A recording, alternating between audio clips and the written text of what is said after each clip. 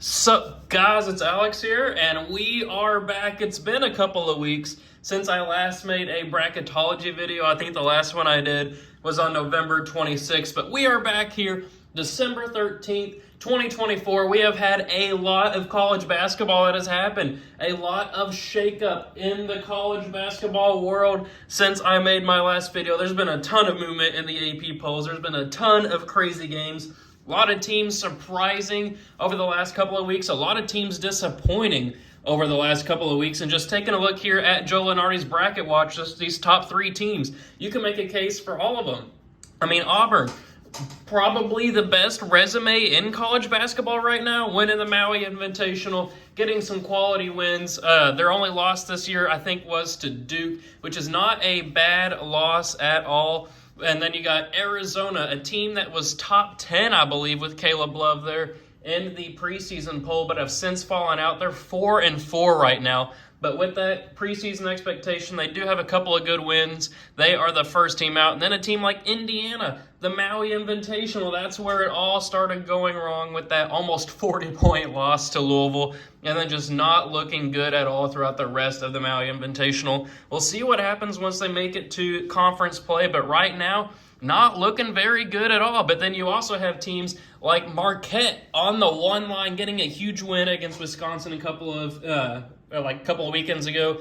You got teams like Iowa State beating Marquette on the one line now, just beating Iowa last night, building out a resume for themselves as well. I think their only loss of the season was to Auburn in that Maui Invitational Championship game. You got crazy games as well. You have freaking that UCLA-Oregon game where UCLA had that crazy bank shot buzzer beater to beat Oregon. That game cost me $700 on a parlay. Freaking Oregon winning was the last leg of a parlay, so I will remember that for the rest of this season. But then you also have games like Kentucky versus Gonzaga, where Kentucky was down 18 at the half, came back, stormed back to win against Gonzaga in Seattle. You also have games like Kentucky versus Clemson, where Clemson hanging on against a quality Kentucky team, getting a huge win at home. That is a resume boosting win, able to storm the court there. You have the SEC-ACC Challenge, where the SEC went, 14-2, something like that. I think Auburn and Kentucky were the only losses. Then you have teams like Tennessee, a team that is number one overall right now, have not yet lost. I think there are about 7 or 8 undefeated teams left in college basketball. We'll see how long that lasts, but just a crazy season so far. A lot have happened in those midseason tournaments. I wish I'd made a video right after those midseason tournaments, but time got away from me. So now looking here at the bubble, then we'll kind of take a look at the bracket itself. Last 4 buys are Utah State, Penn State. We'll take a second here to talk about Creighton. Creighton was a team with huge preseason expectations. I think they were like a 3 or 4 seed to start the season, then just had loss after loss after loss, but then got a huge home win against Kansas to kind of right the ship there and that'll be a resume-defining win come NCAA tournament season. Then you got West Virginia, first-year head coach last year. They were absolutely terrible, but they had a great run in the Battle for Atlantis, getting a win over Gonzaga, playing Louisville to overtime. That team has looked really good so far. Last 4 in, Arizona State, Arkansas, another team, John Calipari. Oh man, a team that was like 4 or 5 seed to start the season. They were struggling earlier as well, but were able to right the ship a couple of days ago against Michigan to save their tournament hopes, at least for the time being as well. Then you got teams like BYU, Indiana. We talked about Indiana. We talked about Arizona, the first team out. UC Irvine, Nebraska, and LSU. And then the next 4 out are Iowa, Vanderbilt, Butler, and Missouri. So we have a lot of teams here on the bubble. It's going to be very interesting to see what happens kind of in these next few weeks before we get into the thick of conference play. We have huge games this weekend. We have Kentucky and Louisville, best rivalry in college basketball, though I'm obviously biased as a Kentucky fan. It's either that or North Carolina and Duke. And the right answer is probably Duke versus North Carolina lately, but I'm still partial to Louisville versus Kentucky.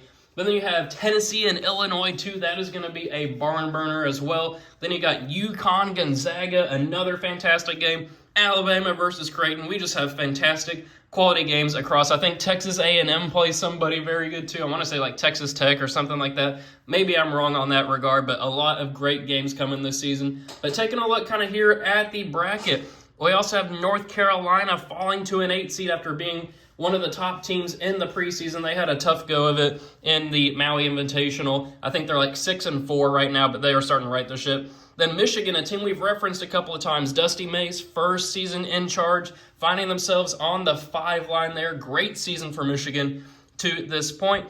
Then looking over here at the Midwest Regional, just a couple of teams that stick out. You got Clemson on the 4 line, building that resume. They were a bubble team to start the season, but look at them now on that 4 line. Then you have a team like Georgia. Wasn't really sniffing the NCAA tournament to start the year, but they have looked really good in the first month or so. East Regional, if we take a look at that, we got Texas down to a 9, UCLA up to that 5, as we mentioned, with that win over Oregon. They are looking pretty good as well. UConn starting to right that ship a little bit, getting up to the 6 line. They were like an 8 or a 9 after that horrendous Maui Invitational where Dan Hurley just absolutely was going nuts. Went 0-3, just temper tantrum everywhere. But then over in the West Regional, as I mentioned earlier, you got Marquette up to the 1 line. Looking fantastic for that squad in the post-Tyler Kolek era. Memphis down to the 6 line. They were undefeated up until a couple of days ago. I think it was Arkansas State that they lost to at home. That was just kind of crazy. I think they were up to a 3 seed, but then you have that loss there. And then, of course, Kansas. They were the number 1 overall seed before back-to-back losses, though both were on the road, so you got to consider that. You have the Missouri loss and the Creighton loss. So we'll see if Kansas can right the ship there, but for now, they find themselves on the 3 line, which now takes us to the NCAA tournament bracketology. If you're new to the channel, every time I do one of these videos, I predict the NCAA tournament, how it would play out if it was based off of the current bracketology. I'm trying to figure out a way to make it more visually appealing. I know it's not the prettiest thing to look at. We'll look into getting a better way of presenting this, but for now, this is just the bracket, and it's an Excel bracket. I just go through, pick each matchup based on how I would see it. So we'll go with this top left regional first up here. Auburn versus the winner of Nichols and Hampton. We're going to go with Auburn obviously winning that. We're not seeing a 16 seed upset of 1 at this stage. Then we'll go with North Carolina beating San Diego State. North Carolina, I think, is a better team than San Diego State. San Diego State struggled with Cal Baptist a couple of nights ago. Then Michigan versus Liberty. Give me the Wolverines there. Baylor versus Furman. Furman pulled off that first-round upset against Virginia last year, but I don't see it happening here with the battle-tested Baylor Bears. Then Illinois versus the winner of Arkansas and Arizona State. I think Arkansas beats Arizona State, and then they get their revenge against Illinois from earlier in the season where Illinois beat them by about 10 or 15, something like that. I got Arkansas and Calipari figuring out with those talented freshmen as per usual in the talented squad as well. I got them pulling off the upset. Then we have Florida beating Lipscomb here, St. John's handling Texas Tech, and then we'll have Duke beating Little Rock. So then first spot in the Sweet 16, Auburn versus North Carolina. I believe these two teams played in the Maui Invitational. Maybe I'm wrong about that. Maybe they were on opposite sides of the bracket, but they were both in the Maui Invitational for sure. I'm going to go with Bruce Pearl leading his squad to victory right there, where they will face the Wolverines of Michigan. I got Dusty May. He knows how to win in the NCAA tournament. He just took that team, Florida Atlantic team to the Final Four a couple of years ago. But of course I say that. They face off against the Baylor Bears, who just won the NCAA tournament a couple of years ago. I just believe more in Michigan at this point. They're looking better in my opinion. So in Florida and Arkansas, give me Arkansas advancing on again. Calipari getting that team right. I mean, Calipari, obviously, in the last couple of seasons in the NCAA tournament, it has been storied how awful he has been. But I like that squad with that experience, beating Florida there in an 11-3 upset. You got to have a double-digit seed in the Sweet 16. Why not have it be Arkansas? But then Duke will beat St. John's there. I don't think that'll be too much of a battle there. So then first spot in the Elite Eight, Auburn versus Michigan. Give me Bruce Pearl's squad advancing on here to the Elite Eight, where they will face Duke in a rematch of the ACC SEC Challenge. And I'm going to go with the same result as what happened in earlier this season. We are going to take Duke advancing on there past Auburn. I think John Shire and that squad, Cooper Flagg, just have too much talent to advance on past some more experienced Johnny Broome and Auburn squad. So we're going to have the number 1 overall seed in the tournament falling before the Final Four. So then we'll move over here to the top right regional. Tennessee will beat Southern. Then we're going to go with Dayton here, moving on past St. Mary's. Michigan State handling UC San Diego. Clemson beating Kent State. Ole Miss falling to Drake. I got Chris Beard's squad falling to the Drake Bulldogs. They always seem to make a run and make a name for themselves in the first couple of rounds at least. Then Houston will beat Norfolk State. Wisconsin will beat Georgia. That one was kind of tough for me. I thought about going with Georgia in the 10/7, but Wisconsin getting a couple of quality wins early in the season. And then we'll have Gonzaga here moving on past Montana State. So in first spot in the Sweet 16, Tennessee, I think will handle Dayton pretty well. Michigan State, I'm going to go with the 5/4 over Clemson here. Michigan State impressed me in the Maui Invitational. It could be Tom Izzo's last year. Maybe it's not.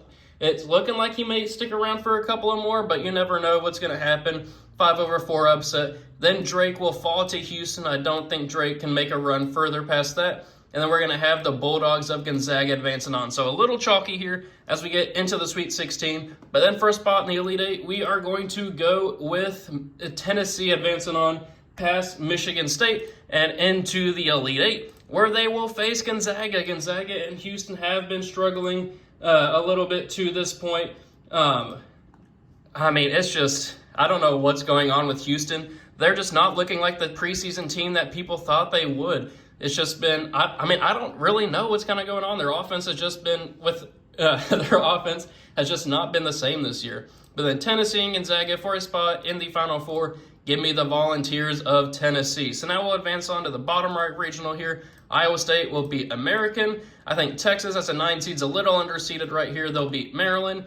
UCLA, I think, will beat the winner of BYU and Indiana, which I think would be Indiana. Texas A&M will beat Arkansas State. Though Arkansas State showed they can beat Memphis, they can pull off an upset. I just don't think it's going to happen against that Buzz Williams squad. Then we're going to go with UConn beating West Virginia. Purdue, I put Purdue twice. I think that's Fort Wayne that they would face there. So I'm going to go with 3 seed Purdue, moving on past 14 seed Purdue. Didn't even notice that till right now. And then we're going to go with Penn State beating Cincinnati. Cincinnati was starting off hot. I think they made it up to like number 16 in the nation. But something about that squad just doesn't connect with me this season. And then we'll go with Kentucky here, moving on past UMass Lowell. Oh, and Penn State just looked good this season. So in first spot in the Sweet 16, Iowa State beating Texas. Texas A&M as the 4 seed here, moving on past UCLA. Then we have UConn and Purdue, rematch of last year's national championship game. Give me the Huskies advancing on their 6/3, where they will face Kentucky, who I think will beat 10 seed Penn State, which sets up the Sweet 16 matchups here, 1 versus 4 and then 6 versus 2. And our first one, I'm going with an upset pick here. I'm going with Texas A&M pulling off the 4/1 upset. I know Iowa State's playing fantastic basketball right now, but also Texas A&M plays fantastic basketball too with Buzz Williams. I think they finally start to get over the edge, over that hump with Wade Taylor, and advance on here to the Elite Eight, where they will play the Kentucky Wildcats and Mark Pope. They only have the 1 loss on the season on the road against Clemson, 2 quality neutral site wins against Duke and Gonzaga. We'll see what happens once SEC play comes around, but Kentucky, under this Mark Pope era, they are looking good, and I think they'll beat Texas A&M on a neutral site to advance on to the Final Four. So the Final Four right now is a 1 seed and 2 seeds. We'll see what happens here in this final region. Up first, we have Marquette versus the winner of Merrimack and Youngstown State. We got Marquette. Oklahoma versus Ohio State. Give me the team that won the battle for Atlantis with Oklahoma there. Mississippi State versus Grand Canyon. Give me the Antelopes pulling off the 12/5 upset. Oregon versus Princeton. Give me the Princeton Tigers, I think, are their mascots. But they play a fast brand of basketball. Oregon could find themselves in trouble come tournament time. Give me a double-digit seed guaranteed to move on to the Sweet 16 there. So Memphis versus Creighton. Creighton at 11 feels a little underseeded. Give me Ryan Kalkbrenner and the Creighton Blue Jays advancing on there, where they will face Kansas, who will beat South Dakota State. Then Pittsburgh versus Utah State. Give me the Pittsburgh Panthers, where they will face Alabama, who will beat Central Connecticut. So then for a spot in the Sweet 16, Marquette versus Oklahoma. Give me the Golden Eagles advancing on to the Sweet 16, where they will face Grand Canyon, the Antelopes, in a 1 versus 12 matchup. Creighton versus Kansas. These 2 teams just played, and I know my logic has been all over the place with teams that have played each other already in this season, in this predictions video. But give me, I think, the more talented team, the more well-coached team, and the Jayhawks riding the ship in time for the tournament, where they will face Alabama. Mark Sears, a preseason darling. I think Alabama advances on there. So then for a spot here in the Elite Eight, I'd love Grand Canyon, but they're not going to beat Marquette. Marquette advances on here, getting a pretty easy path here to the Elite Eight.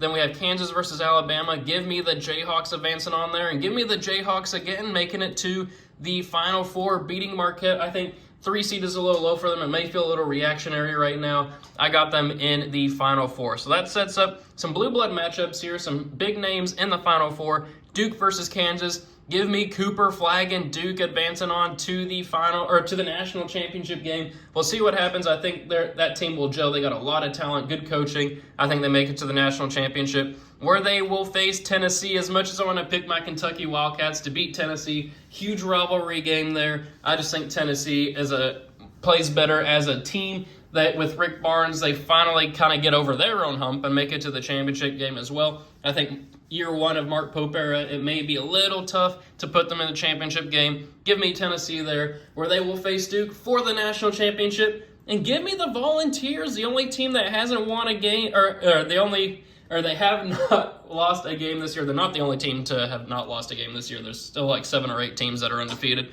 But give me Tennessee. They've been battle-tested a lot this year. Very interested to see how their game against Illinois goes this weekend. But give me the Volunteers winning a national championship under Rick Barnes. It would pain me as a Kentucky fan to see that. But they are playing great basketball right now, and I got them winning the national championship. So thank you guys for watching. Hope you enjoyed it. I'm talked for a long 16 minutes here, so I appreciate you guys sticking around if you watched the full video. Let me know your own thoughts and predictions in the comment section below and just your general college basketball thoughts on the season so far. Appreciate you guys sticking around and watching. Thank you guys for watching, and I will see you all later.